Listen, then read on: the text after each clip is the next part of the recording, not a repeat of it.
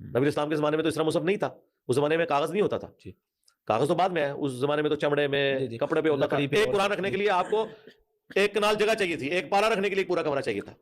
لوگ کہتے ہیں اس زمانے میں قرآن اتنے عام کیوں نہیں تھے؟ اس لیے لوگ قرآن زبانی یاد کرتے تھے. یہ تو بنو عباس کے دور میں جب ہاؤس آف وزڈم بنایا خلیفہ ہارون رشید نے اور سائنس کی بھی ترقی ہوئی تو انہوں نے کاغذ بنانے کی جو صنعت ہے یہ امپورٹ کی رشین سٹیٹ سے. اور یہ میں آپ کو بار بار اس لیے کلیئر کر رہا ہوں کہ ایک دفعہ آپ لوگ دھوکے میں آ چکے ہیں.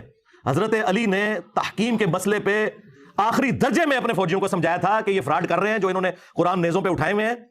یہ مسئلہ کچھ اور ہے کہ جنگ ہار چکے میں، لیکن وہ فوجی بات نہیں مان رہے تھے، وہ خارجی ہو گئے. مرزا نے دونوں جگہ ہی لمبی لمبی چھوڑی ہے. سوال یہ ہے کہ جب قرآن کے لیے 30 کمروں کے برابر، ایک کنال کے برابر جگہ چاہیے تھی، تو اتنا بڑا قرآن نیزوں پر کیسے اٹھا لیا گیا؟ ویسے بھی نیزوں پر قرآن اٹھانے والی بات مرزا آج تک سند کے ساتھ ثابت نہیں کر سکا.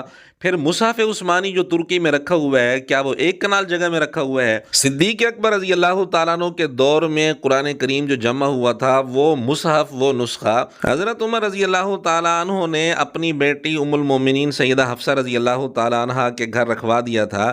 کیا وہ ایک کنال جگہ میں رکھا ہوا تھا؟ کیا ان کے گھر میں ایک کنال کے برابر کوئی ہال بنا ہوا تھا جس میں یہ نسخہ رکھا ہوا تھا؟ اور تمہارے مولوی بغیر دلیل کے ہی لمبی لمبی چھوڑ کے چلے جاتے ہیں. اس کو کہتے ہیں غریب تو بدتمیز.